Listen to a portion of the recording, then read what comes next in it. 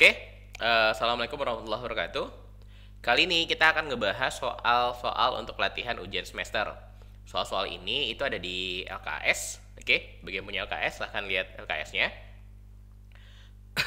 Bagi yang mau download soalnya, yang nggak punya soal, link downloadnya bakal ada di deskripsi video di bawah. Oke. Nah, di soal pertama ini yang ditanya, diketahui F itu fungsi X di mana fungsi yang memetakan X menuju 5 kurang setengah X dengan DF X di mana min 2 kecil sama X kecil 6 X elemen R. Daerah hasil fungsi Y sama dengan Fx adalah. Oke. Nah, sekarang kita bahas dulu apa itu daerah hasil dan apa itu daerah asal. Pada fungsi, ketika kita punya F lalu X 5 kurang setengah X, maka ini bisa kita tulis bentuk lainnya. Fx itu sama aja dengan 5 kurang setengah X. Atau boleh juga tulis sebagai Fx itu sama aja sama Y. Y sama dengan 5 kurang setengah X. Nah, dari sebuah fungsi, domain atau daerah asal itu adalah batas-batas nilai X. Jadi daerah asal itu adalah batas-batas nilai X-nya. Batas-batas nilai X. Kemudian ada nanti rank atau daerah hasil. Kalau daerah hasil itu adalah batas-batas nilai Y. Batas-batas nilai Y. Nah, kita punya domain di sini batas-batas nilai X-nya min 2 kecil sama X kecil dari 6. Nih, min 2 kecil dari X kecil dari 6. Yang ditanya daerah hasilnya, Y-nya batas-batasnya berapa saja. Nah, untuk fungsi yang ini fungsi yang sederhana. Fungsi ini kita sebut sebagai fungsi linear. Kalau kita punya fungsi linear itu fungsi yang bentuk umumnya Y sama dengan AX tambah B misalkan. Maka untuk mencari daerah hasil, masukkan saja nilai X-nya. Jadi daerah hasil diperoleh dengan cara substitusi batas-batas nilai X. Substitusi batas-batas nilai X. Oke. Yang pertama nilai X-nya berapa? Daerah asalnya min 2 kecil sama X kecil 6. Berarti X-nya kecil sama besar sama min 2. Oke. Jadi batas bawahnya, batas X-nya itu yang pertama X sama dengan min 2. Kalau X-nya min 2, maka masukkan ke rumusnya. Apa rumus Y? Y sama dengan 5 kurang setengah X. Y sama dengan 5 kurang setengah X. Maka Y-nya berapa? Berapa nilai Y-nya? Min 2 masuk sini. 5 kurang setengah kali min 2. Jadi berapa itu? Min setengah kali min 2 jadi 1. 5 tambah 1 jadi berapa? 6. Oke? Itu untuk batas yang pertama. Batas X yang pertama. Kemudian batas X yang kedua. Batas X berikutnya berapa? Batas X berikutnya sama dengan 6. Batas X yang di kanan 6. Berarti Y-nya 5 kurang setengah kali 6. Berapa setengah kali 6? 3. 5 kurang 3? 2. Oke? Jadi, batas-batas Y. Nah, sekarang bandingkan antara 2 sama 6 yang kecil siapa? Yang lebih kecil angkanya antara 2 sama 6? 2. Berarti 2 kecil dari Y, kecil dari 6. Nah, khusus 6-nya. Kan 6 itu diperoleh dari X sama dengan min 2. Yang min 2 itu ada tanda sama dengannya nggak? Ada. Maka di 6 ada angka sama dengannya juga. Maka ini batas-batas nilai Y-nya. Oke? Ini cara pertama. Atau cara kedua, kita punya min 2 kecil sama X kecil 6. Terus dikasih tahu Y itu sama dengan 5 kurang setengah X. Nah, jadikan X ini menjadi 5 kurang setengah X. Kita kali min setengah. Kenapa kali min setengah? Biar X-nya jadi min setengah X. Oke? Min 2 kali min setengah. Jadi yang paling dekat sama X-nya kan min setengah, maka kita kali min setengah dulu. Min 2 kali min setengah jadi berapa? 1. Oke? Ingat kalau dikali min per tidak samaan, pernah belajar per tidak samaan kan? Kalau dikali sama min, apa yang terjadi? Jadi terbalik dia. Oke? Jadi 1 besar sama dari min setengah X kecil dikali min jadi gimana? Jadi terbalik. Besar 6 kali min setengah jadi berapa? Jadi min 3. Oke? Terus kita mau ada 5-nya. 5 kurang setengah X ini kan sama aja dengan min setengah X tambah 5. Nah, biar ada tambah 5-nya, tambahin 5. 1 tambah 5, 6. Oke, min setengah X tambah 5, ya jadinya 5 kurang setengah X besar dari min 3. Oke? Nah, 5 kurang setengah X itu tadi nilai apa? Nilai Y. 5 kurang setengah X adalah nilai Y. Jadi kita bisa substitusi Y-nya sehingga jadi 6 besar sama dari Y besar dari min 3. Atau biasanya ditulisnya nggak kayak gini.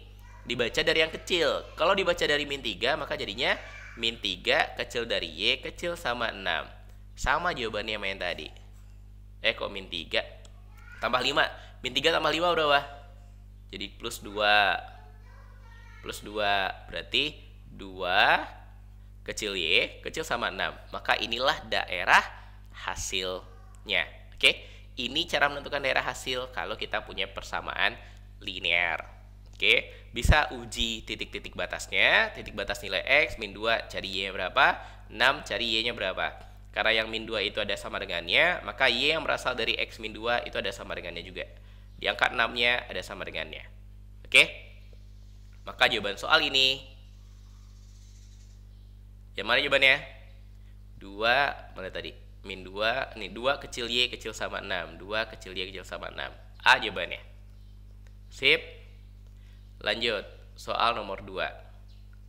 Sketsa grafik fungsi linear fx min sepertiga X kurang 3 dengan daerah asal df-nya X besar min 3.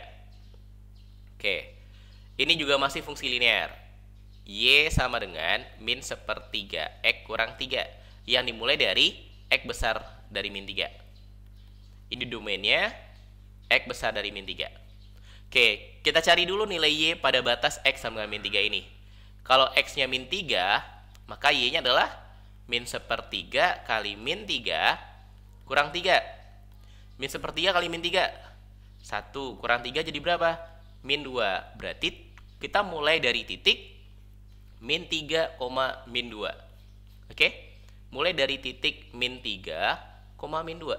Cari mana yang min 3, min 2. Yang C. Oke? X-nya min 3, Y-nya min 2. Ini dia. Ada ini min 3, min 1. Ini min 3, 1. Ini min 3, min 3. Maka yang mana? Yang C. Cuma satu-satunya pilihan adalah yang C. Oke? Terus kalau seandainya kita mau nyari nilai X-nya 0 misalkan. Kan X-nya besar dari min 3 kan? Nah, cari titik satu lagi yang besar dari min 3. Karena domainnya besar dari min 3, cari titik satu lagi. Yang paling gampang, ambil X sama dengan 0. Kalau X-nya 0, berarti Y sama dengan min sepertiga kali 0 kurang 3. Min sepertiga kali 0, 0. Jadinya min 3. Maka titik berikutnya yang dilewati garis 0, min 3. Mana yang 0, min 3? Ya pas ini 0, min 3. Ini 0, min 3, tapi mulainya dari min 3, 0. Harusnya kalau X-nya min 3, Y-nya min 2. Oke? Oh ya, pastikan bulat ini adalah bulat kosong. Dalam penggambaran garis, kalau dia nggak pakai sama dengan, bulat titiknya itu bulat kosong. Tapi kalau udah sama dengan, bulat titiknya itu adalah bulat penuh. Oke? Sip.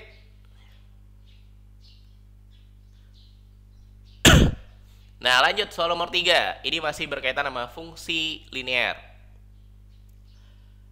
Pas Januari, pemakaiannya 80, tagihan listriknya 128.160. Pas Februari 75, tagihan listriknya N.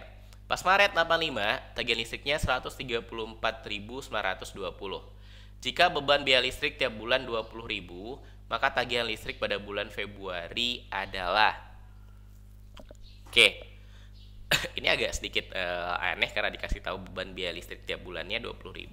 Sebenarnya nggak perlu. Nah, gimana cara kita menghitungnya? Kita bisa gunakan persamaan linear, persamaan garis lurus. Di SMP pernah belajar persamaan garis lurus? Kalau kita punya dua titik X1, Y1 dan titik berikutnya X2, Y2, Maka persamaan garis ini adalah Y kurang Y1 per Y2 kurang Y1 sama dengan X kurang X1 per X2 kurang X1. Oke? Yang 20.000 ini kalau pakai persamaan garis nggak pakai nanti. Nah, ini pemakaian ini kita anggap X, tagihan listriknya kita anggap sebagai Y. Berarti ini X1, ini X2. Yang 75-nya anggap aja itu X3 karena Y-nya belum diketahui. Ini Y1, ini Y2. Nah, masukkan ke rumusnya. Y kurang Y1. Berapa Y1-nya? 128.160. Dibagi Y2 kurang Y1. Ini kurang ini. Berapa? 134.920 dikurangi 128.160. Sama dengan X kurang X1. X1-nya berapa? 80. Dibagi sama X2 kurang X1. 85 kurang 80. Y kurang 128.160 per berapa ini dikurangkan?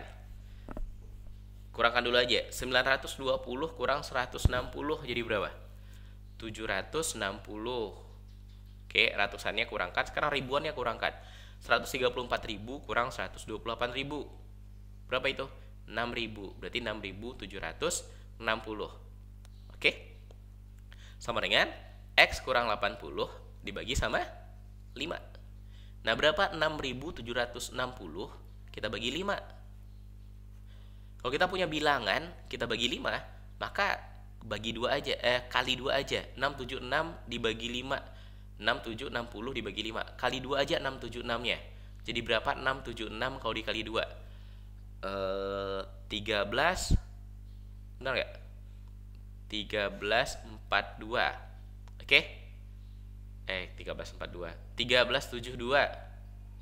1352. 1352.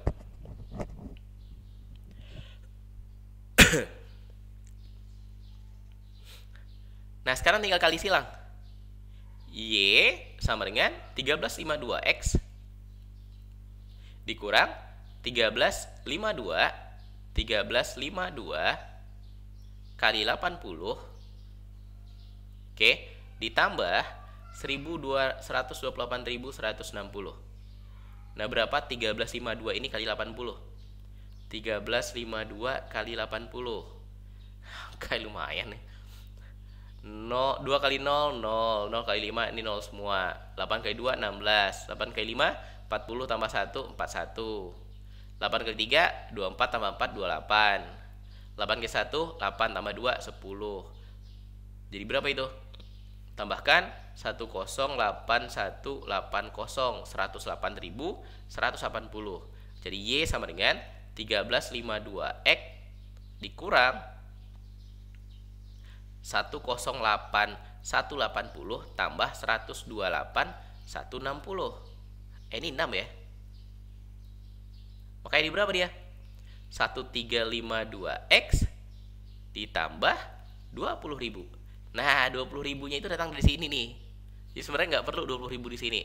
20.000-nya dari persamaan ada 20.000-nya. Oke? Kalau seandainya ada 20.000-nya jadi membingungkan nanti jadinya. Oke? Jadi ini persamaan nilai Y. Nah, sekarang kalau X-nya 75, Y-nya berapa? X-nya 75 dan kita mau nyari N. N itu adalah nilai Y-nya. Kalau X-nya 75, tinggal masukkan ke rumus Y. Apa rumus Y-nya? 1352X tambah 20.000. Berarti 1352 kali 75 tambah 20.000. Berapa 1352 kali 75? 5 kali 2, 10. 5 kali 5, 25 tambah 1, 26. 5 kali 3, 15 tambah 2, 17. 5 kali 1, 5 tambah 1, 6. Oke, sekarang yang 7. 7 kali 2, 14. 1. 7 kali 5, 35. 36. 3. 7 kali 3, 21 tambah 3, 24. 2. 7 kali 1, 7 tambah 2, 9. Tambahkan 0. 6 tambah 4, 10. 1. 8 tambah 6, 14. 1. 7 tambah 4, 11. 1. Jadi berapa? 100.400 tambah 20.000. 101.400 tambah 20.000. Jadi berapa? 121.400. Oke? Besok ujian harusnya angkanya lebih sederhana dari ini, nggak sebesar-besar ini angkanya. Ini cara kita menentukan persamaan linear kalau diketahui. Dua titik. Kenapa ini kita anggap persamaan linear? Ya karena KWH-nya makin banyak, otomatis lagi listriknya makin banyak kan? Oke? Lanjut. Nomor 4. Daerah asal ditanya berapa daerah hasilnya. Nah, ini sama kayak tadi. Daerah asalnya, apa daerah asalnya? X besar sama dari min 2. Yang mau kita cari daerah hasil. Hasilnya apa? Hasilnya berarti Y. Apa persamaan Y-nya? Y sama dengan 2 kurang setengah X. Nah, kita gunakan cara yang kedua. Sini X, di sini apa? Min setengah X. Maka biar jadi min setengah X-nya, kita kali min setengah. X kali min setengah X. Tanda besar sama, ketika dikali min, maka akan berubah jadi kecil sama. Min 2 kali min setengah, 1. Terus ada 2 di depannya, tambahin 2. Jadinya 2 kurang setengah X. 1 tambahin 2, jadi 3. Maka 2 kurang setengah X kecil sama 3. Apa itu 2 kurang setengah X? Nilai Y. Berarti Y kecil sama 3. Maka jawabannya yang mana? C jawabannya. Oke, Y kecil sama 3. Sip. Lanjut. Soal nomor 5. Manakah dari fungsi-fungsi kuadrat berikut yang selalu bernilai positif? Kalau tadi kita ngebahas fungsi linear, sekarang kita bahas fungsi kuadrat. Fungsi kuadrat itu punya persamaan umum Y atau fx sama dengan ax kuadrat tambah bx tambah c. Oke? Nah, ada beberapa bagian penting yang perlu kita bahas pada fungsi kuadrat. Yang pertama, kita perlu ngebahas bentuk kurvanya. Bentuk kurva umumnya. Oke. Secara umum, persamaan kuadrat itu punya kurva berupa parabola kayak gini. Oke. Ada berapa titik-titik penting? Ini bukan untuk umum ya. Titik penting pada kurvanya. Titik penting kurva. Ini sumbu X, yang ini sumbu Y. Ini persamaan parabolanya. Yang pertama, titik pentingnya titik ini. Ini sering disebut sebagai titik puncak atau titik balik. Kalau lebih senang menyebutnya titik balik. Karena puncak pasti di atas. Kalau di bawah harusnya nggak puncak lagi. Kita sebut dengan titik balik. Koordinatnya XB, YB. Nah, gimana cara mencari XB-nya? XB dirumuskan sebagai min B per 2A. Min B dibagi 2A. B itu yang mana? Koefisien X. A itu koefisien E kuadrat. Jadi nilai XB-nya min B per 2A. Gimana dengan nilai YB? YB-nya adalah F dari XB. Apa maksud F dari XB? Masukkan nilai XB yang tadi ke dalam fungsi. Kita dapat nilai Y. Oke? Nah, Y itu adalah YB. Ada rumusnya sebenarnya, tapi kalau lebih senang tulis ini. Oke? Terus ada titik penting berikutnya, titik ini. Ini kita sebut sebagai titik potong sumbu Y. Titik pot sumbu Y. Kalau kita mencari titik potong sumbu Y, nggak hanya pada parabola, pada kurva apapun, nilai X-nya tinggal samakan dengan 0. Kalau X-nya 0, jadi 0, 0 tinggal C. Berarti Y-nya sama dengan C. Jadi koordinat ini adalah 0, C. Jadi angka C di sana. Terus titik ini berikutnya. Ini kita sebut sebagai titik potong sumbu X. Titik pot sumbu X. Nah, gimana cara mencari titik potong sumbu X? Y-nya samakan dengan 0. Sehingga kita jadi persamaan kuadrat AX kuadrat tambah BX tambah C sama dengan 0. Faktorkan. Maka nanti dapat nilai X1 sama X2. Ini X1, ini X2. Oke? Ini yang pertama yang berkaitan sama kurva. Yang kedua, yang penting pada kurva parabola fungsi kuadrat itu yang pertama kan titik pentingnya. Yang kedua, posisi kurvanya terhadap sumbu X. Posisi kurva terhadap sumbu X. Yang pertama ada memotong sumbu X. Memotong sumbu X. Jadi ini sumbu X, kurvanya motong kayak gini. Kalau dia motong sumbu X, maka nilai diskriminannya itu besar dari 0. Apa itu diskriminan? Ingat, diskriminan D sama dengan B kuadrat kurang 4AC. B kuadrat kurang 4AC. Nah, kalau dia motong sumbu X, maka dia punya dua akar-akar. Dan di persamaan kuadrat, kalau pernah belajar dulu waktu SMP, kalau dia punya dua akar, maka diskriminannya besar dari 0.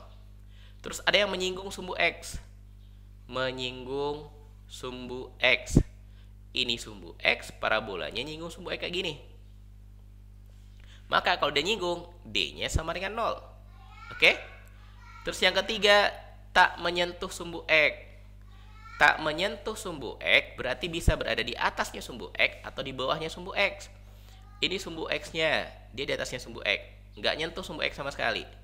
Atau ini sumbu X-nya, dia berada di bawah sumbu X. Oke? Nah, khusus pada yang tak menyentuh sumbu X ini, kan kita bagi dua. Ini sebutannya berbeda. Yang ini nanti disebut dengan definite positif. Definite itu artinya nilainya selalu positif.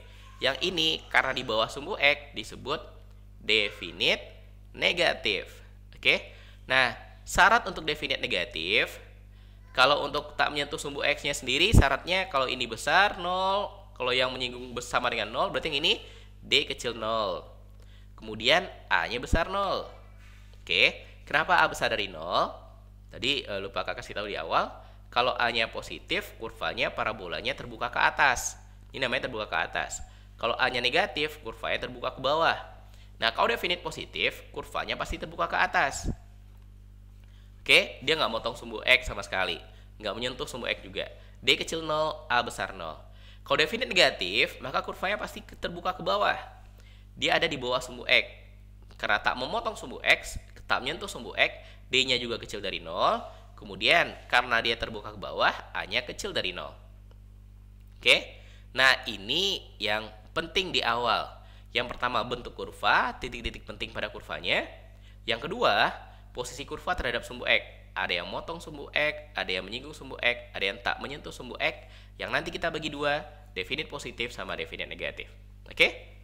Kalau belum ada di catatan, silahkan catat ini dulu. Ini yang penting pada fungsi kuadrat.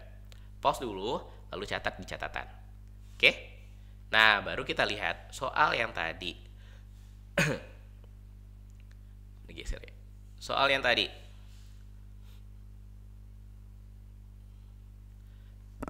Manakah yang selalu bernilai positif? Selalu bernilai positif itu kita sebut sebagai definite positif. Apa syarat definite positif tadi? D-nya kecil dari 0, A-nya besar dari 0. Oke? Kita mulai dari yang paling gampang dulu. A besar dari 0. A itu adalah koefisien E kuadrat.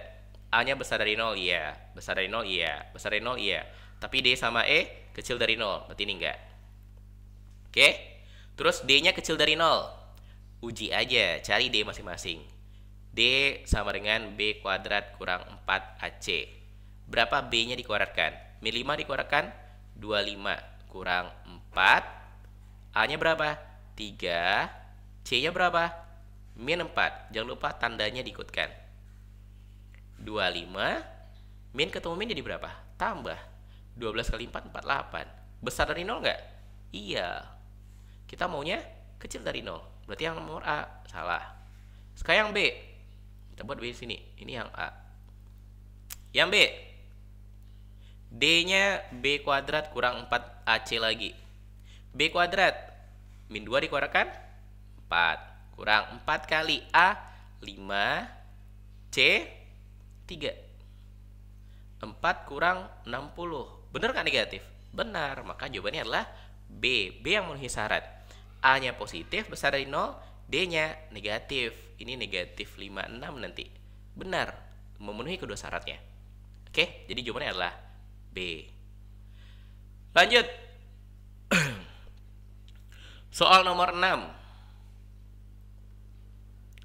Grafik fungsi kuadrat f(x) sama dengan 4m kurang m tambah 2x dikurang x kuadrat. Punya nilai maksimum 25. Nilai maksimumnya 25. Titik balik maksimumnya untuk m besar dari 0 itu adalah berapa? Oke. Nilai maksimum.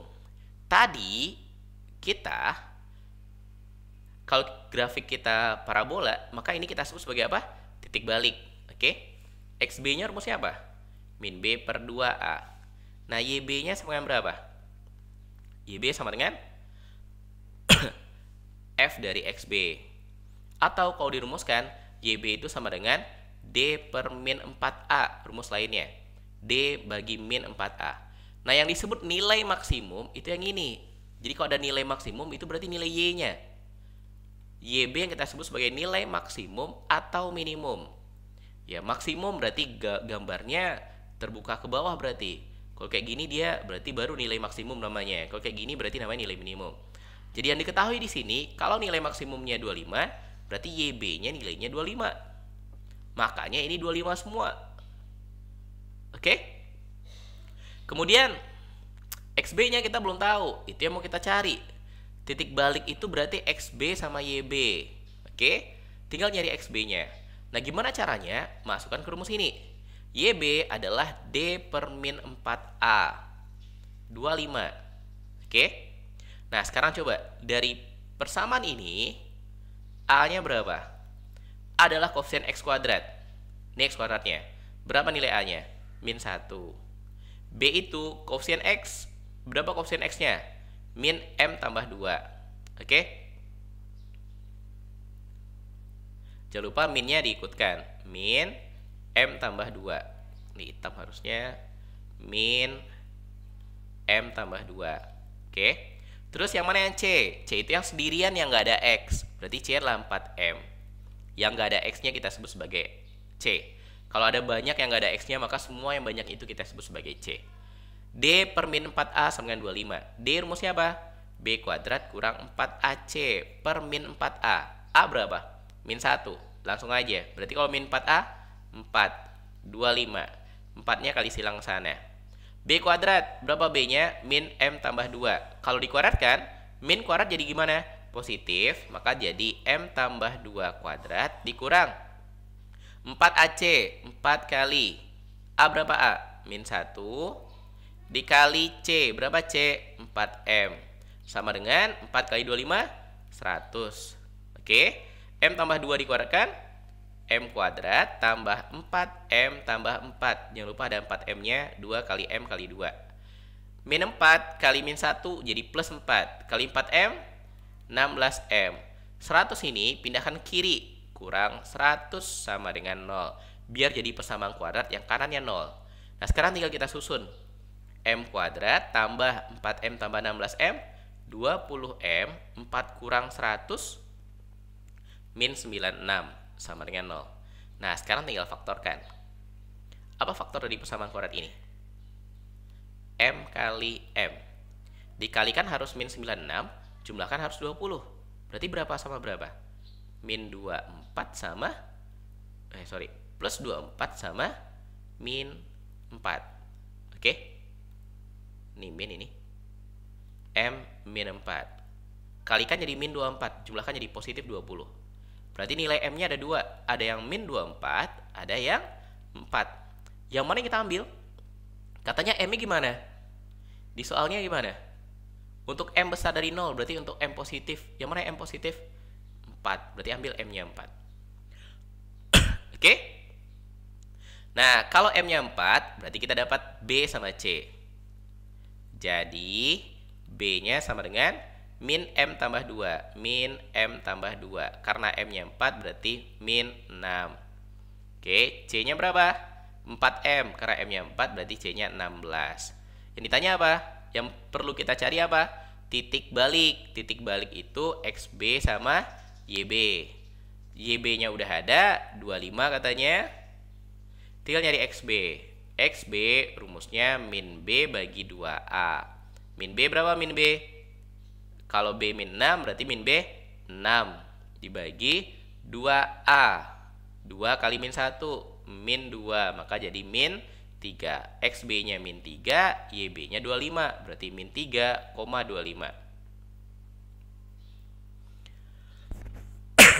Oke? Sip. Silahkan diulang-ulang lagi biar benar-benar paham. Nomor 7, perhatikan grafik fungsi berikut.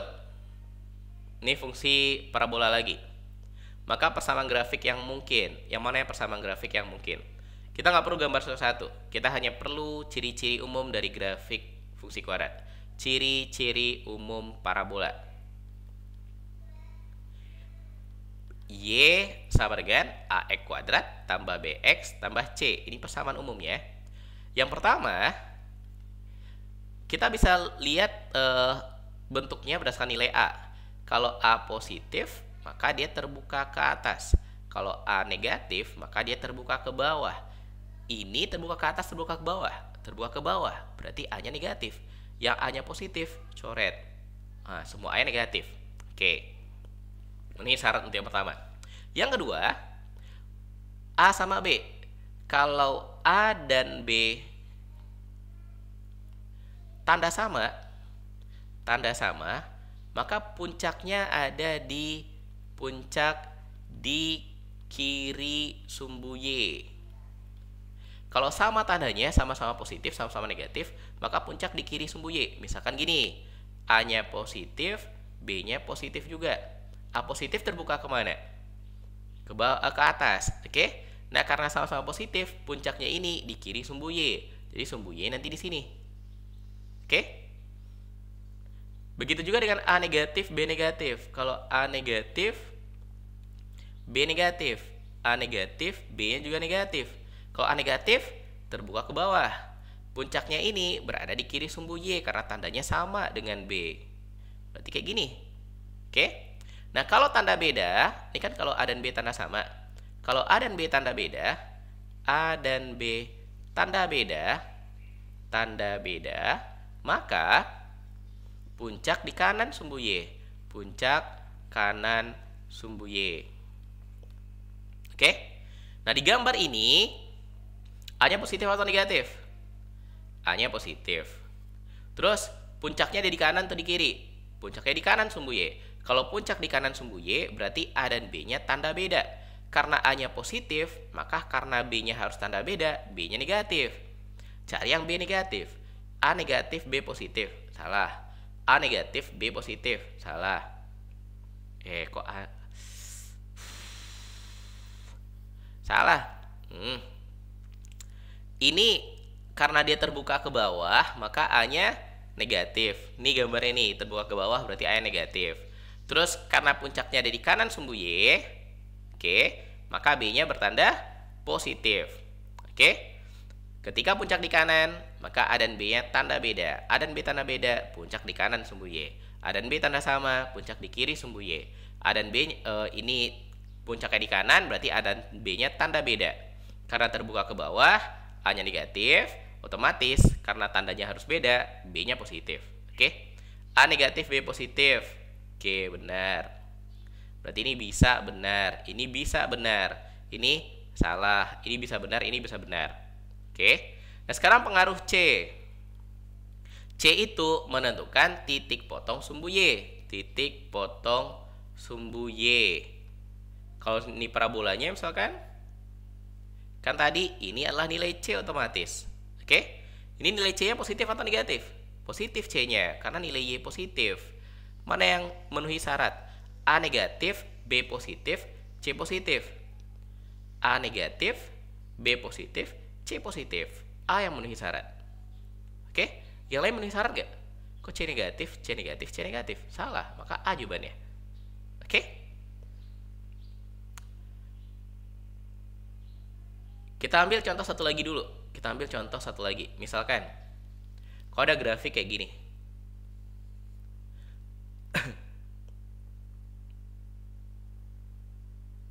Nah, kita mulai dari A, terbuka ke atas, terbuka ke bawah.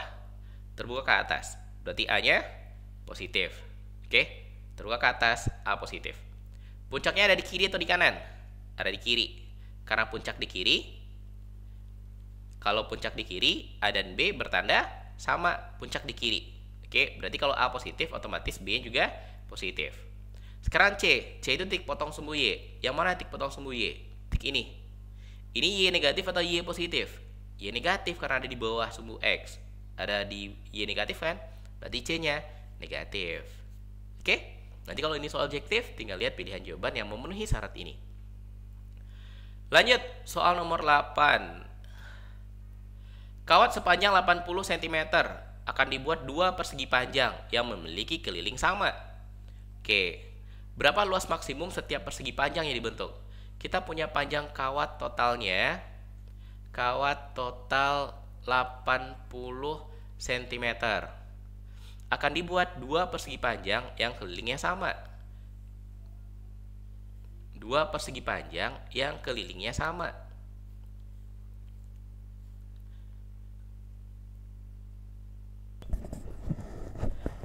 Nah, karena kelilingnya sama, antara dua persegi panjangnya, maka bikin aja persegi panjangnya juga punya ukuran yang sama.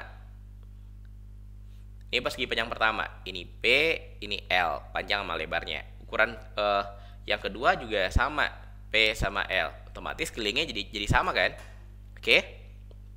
Nah, coba panjang kawat total akan dijadikan dua persegi panjang ini. Berarti, panjang seluruh garis ini itu harus sama dengan 80. Berapa panjang seluruh garisnya? Untuk P nanti ada 4 buah jadinya. 4P. Untuk L juga ada 4 buah. Berarti 4P ditambahin sama 4L ini itu harus sama dengan panjang seluruh kawat 80.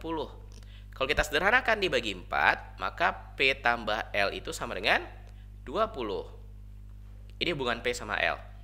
Yang ditanya apa? Luas maksimum dari setiap persegi panjang. Luas tiap persegi panjang, berarti luas ini saja, itu rumusnya adalah P kali L. Kalau kita mau mencari luasnya ini, maka variabelnya harus seragamkan dulu. Jadi P saja atau jadi L saja. Kalau kita ubah P, L-nya pindah jadi 20 kurang L.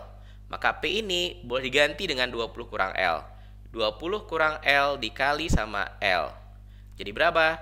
20L dikurangi L kuadrat. Ini rumus untuk L-nya. Fungsi kuadrat nggak? Iya. Nah, gimana cara mencari nilai maksimum dari sebuah fungsi kuadrat? Nilai maksimum itu nilai Y. Oke? Tadi udah kita bahas. Pada titik, kalau kita punya fungsi kuadrat berbentuk parabola, maka nilai minimum atau maksimumnya adalah nilai Y-nya. Nilai maksimum atau minimum itu adalah nilai YB-nya. Apa rumusnya? D per min 4A. Oke? Jadi D per min 4A.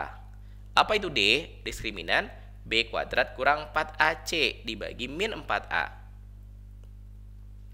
Berapa nilai A pada persamaan ini? A adalah koefisien dari X kuadrat. Kalau di sini adalah L kuadrat. Berapa koefisiennya? Min 1. Oke? Min 1. A sama dengan min 1. Terus yang B-nya berapa? B koefisien X atau koefisien L di sini 20. C yang nggak punya X-nya, nggak ada di sini C-nya, C-nya 0. Nah, kalau kita masukkan ke sini, B kuadrat berapa B-nya? 20 dikuadratkan. Kurang 4AC. 4 kali A min 1, C-nya 0. Karena dikali 0, jadinya 0 4AC-nya. Dibagi min 4A. A-nya berapa? Min 1. Berarti kalau min 4 dikali A, min 4 kali min 1. Hasilnya 4. 20 kuadrat, 400 dibagi 4. Jadi berapa? 100. Maka inilah nilai maksimum luas masing-masing persegi panjang. Oke? Jadi jawabannya adalah E. Oke?